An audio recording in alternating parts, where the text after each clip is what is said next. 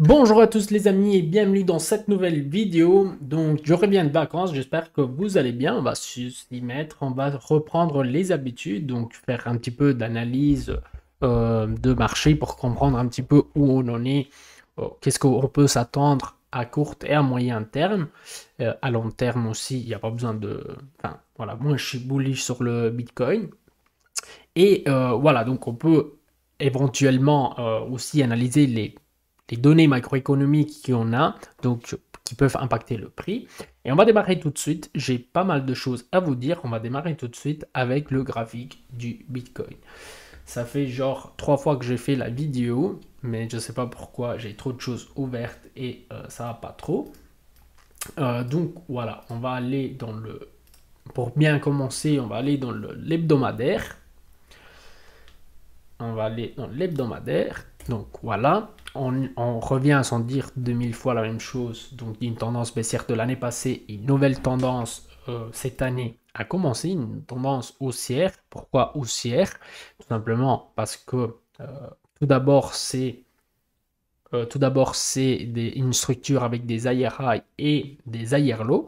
Donc jusqu'à contraire, c'est une tendance haussière. Deuxièmement, c'est au-dessus de la moyenne mobile à 50 périodes. Et normalement, c'est aussi au-dessus de la moyenne mobile à 200 périodes. Mais bon, c'est pas une vidéo qui explique pourquoi c'est bullish ou bearish. Voilà. Qu'est-ce que je voulais vous montrer? Parce que j'ai pas mal de choses à vous dire. J'ai deux, trois choses, mais que je trouve intéressantes à vous partager.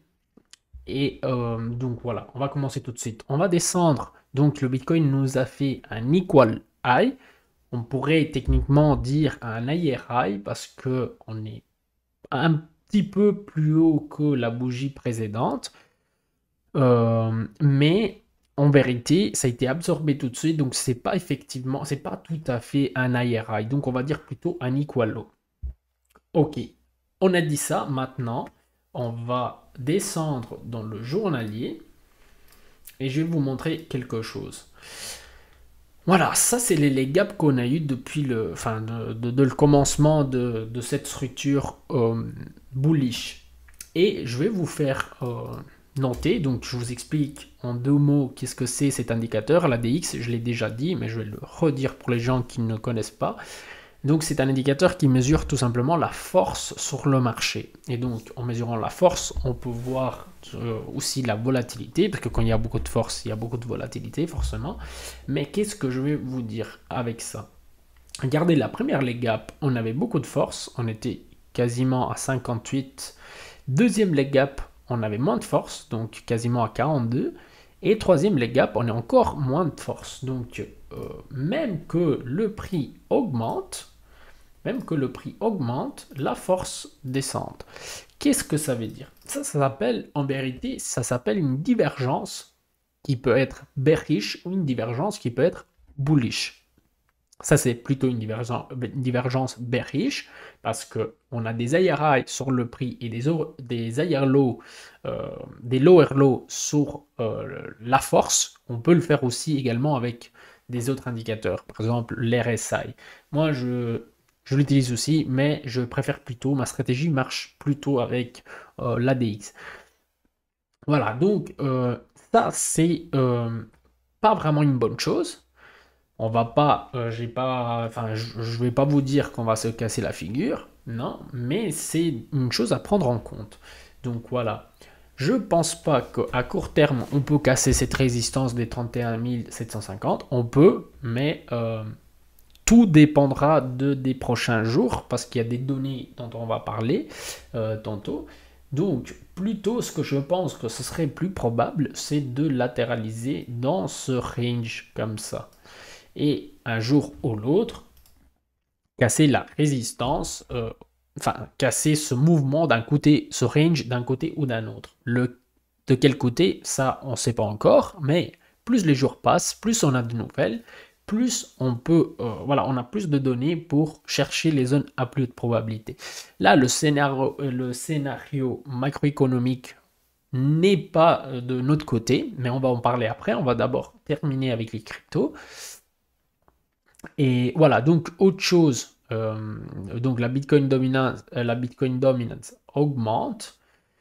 On est On est près d'une résistance, mais c'est pas ça que je vais vous dire. Une chose plus importante, c'est plutôt cela. Comme j'avais déjà fait la vidéo, il y a des dessins, mais on va les supprimer. Donc voilà, qu'est-ce qui se passe? Malgré le Bitcoin nous a fait une equal high, la total market cap nous a fait un lower high. Et ça, c'est plutôt négatif pour les cryptos en général. Aussi pour le Bitcoin, mais moins. Vu que la Bitcoin dominance augmente, le Bitcoin va prendre quasiment beaucoup de liquidités. Donc on a un higher low. Et si on descend encore dans le 4 heures, peut-être je parle trop tôt, mais ce que je vois, c'est un pattern d'inversion. Donc le TT pole, comme j'ai dit, c'est un pattern d'inversion de tendance qui va, si vous voulez, on peut calculer rapidement le target à peu près. Donc si on casse la neckline, nous amènerait à ce niveau-là plutôt. C'est un support de 1 trillion 7 à peu près. 1 trillion 7.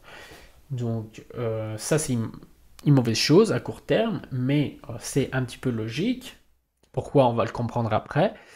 Et aussi, si vous voulez, je vais vous montrer autre chose. Même chose sur Ethereum qui nous a fait un higher low, et dans le 4 heures, on voit, peut-être que je parle trop tôt encore une fois, mais je vois une formation de un TT pole. C'est un signe d'inversion de tendance, comme j'ai dit tantôt. Et donc, il faut voilà, prendre en compte toutes ces choses. On a une divergence baissière sur le Bitcoin, TT pole sur la total market cap. Elle n'est pas encore confirmée, ça n'a pas été encore confirmé, mais sur la total market cap et sur Ethereum. Donc ça, voilà, il faut faire attention.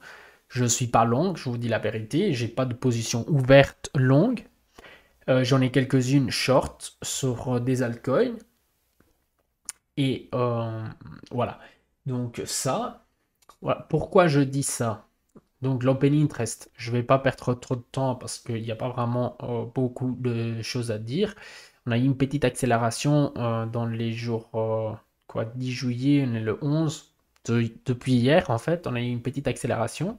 Avec hier, je ne sais pas si vous avez vu le mouvement un petit peu hystérique.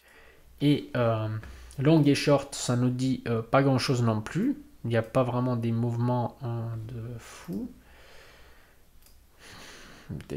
USDT, non, ben, soit long, soit short, en fait, il n'y en a pas énormément en vert. Qu'est-ce que j'allais dire pour le scénario macroéconomique? En fait, pourquoi je pense pas qu'on va casser la résistance à 31 750? Tout d'abord parce que si vous voyez, ce que je vais dire, c'est on peut séparer le graphique en deux parties, si vous voulez. Il y a le range du bull market, que c'est le range ici qu'on a, qui va des 66 000 à 32 000 à peu près. Et puis on a le range du bear market. Une fois qu'on casse ce range, donc on rentre dans les 32 000, ben, on peut dire qu'on est dans le range du bull market. Donc je ne pense pas que ce sera aussi facile, sauf si il y a des autres nouvelles comme l'ETF Spot qui va...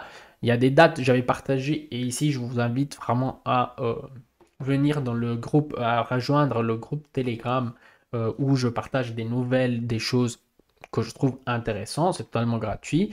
On peut aussi se connaître des autres gens. Il y a un groupe consacré au message aussi, donc le chat.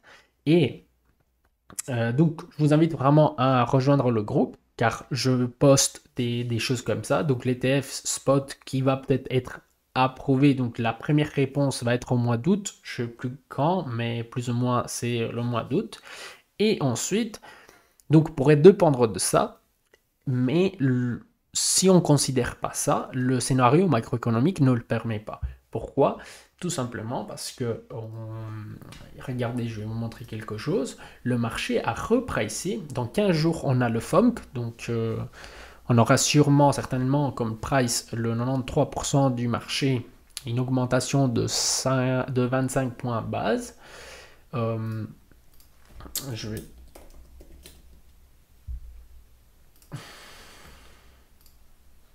de 25 points base. Demain, on a le CPI des États-Unis. Donc, c'est la dernière donnée que la Federal Reserve peut... La dernière donnée que la Federal Reserve a pour prendre sa décision dans 15 jours. Donc, c'est prévu un 3,1%. Alors que le précédent, c'était l'inflation, donc année après année, c'était au 4%. Donc une descente vraiment pas mal. Ça pourrait tout changer. Donc si le marché, si le résultat est différent, beaucoup différent de ce que le marché prévoit, ben, ça pourrait changer beaucoup de choses. Une nouvelle, généralement, ça ne change pas la structure du marché, ça change plutôt, enfin, ça augmente la volatilité. Mais après, on a vu toujours que le marché retourne ou doit retourner à court terme. Et qu'est-ce que j'allais dire? Donc, c'est le scénario qui ne permet pas pour l'instant d'aller en bull run jusqu'au moment, et même si on veut retourner, mais bon, peut-être je ferai une vidéo. En fait, c'est pas quand la Federal Reserve va couper les données et va diminuer les taux d'intérêt que le bull market va commencer. Non, c'est plutôt l'inverse. Pour un petit moment, quand la Federal Reserve va diminuer les taux d'intérêt, les marchés vont souffrir un petit peu parce que l'économie va ralentir. Et donc, tout simplement, vont descendre. Et puis, tout simplement, quand va diminuer beaucoup les taux d'intérêt pour stimuler l'économie, alors à ce moment-là, ben, les marchés vont être prêts à remonter. J'ai dit ça, qu'est-ce que j'allais dire d'autre? Je pense que j'ai un petit peu tout dit, à part que... donc voilà, qu'est-ce que le marché a pricé? Regardez, avant, je ne sais pas si vous avez suivi les analyses, les autres analyses, ce qui se passait, c'est que le marché pricait des diminutions des taux d'intérêt déjà pour 2023, fin 2023. Là, on est plutôt, jusqu'au 3, à mars 2024. En fait, le marché price maintenant qu'il n'y aura plus de diminution de taux d'intérêt. À part que la Federal Reserve l'a dit genre 6000 fois.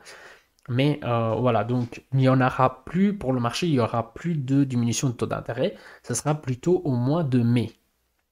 Et qu'on sera quand même à 5%. Donc ce n'est pas rien. Et les assets comme le Bitcoin et les cryptos, que c'est des assets risk-on, ben, on ne bénéficie pas forcément de cette politique monétaire. Ce sera plutôt l'inverse, quand il va diminuer beaucoup les taux d'intérêt et stimuler l'économie, peut-être avec de l'argent ou peut-être tout simplement avec la diminution des taux d'intérêt. Là, on pourrait voir effectivement un bull market qui pourrait s'aligner avec l'halving et tout ça. Mais peut-être on en parlera une autre fois. Laissez un like si vous trouvez ces vidéos, ce genre de vidéos intéressantes. Et vous pouvez commenter, n'hésitez pas. Vous pouvez dire votre avis sur ce qui va se passer sur les marchés financiers et tout. On va essayer de créer de l'interaction. Et voilà, je pense que j'ai tout dit à peu près. Donc, le marché price qu'à fin 2024, on sera à 4% de taux d'intérêt. C'est quand même beaucoup. Les gars, moi, je vous ai tout dit pour aujourd'hui. J'espère que, voilà, je vous souhaite une bonne soirée et à la prochaine.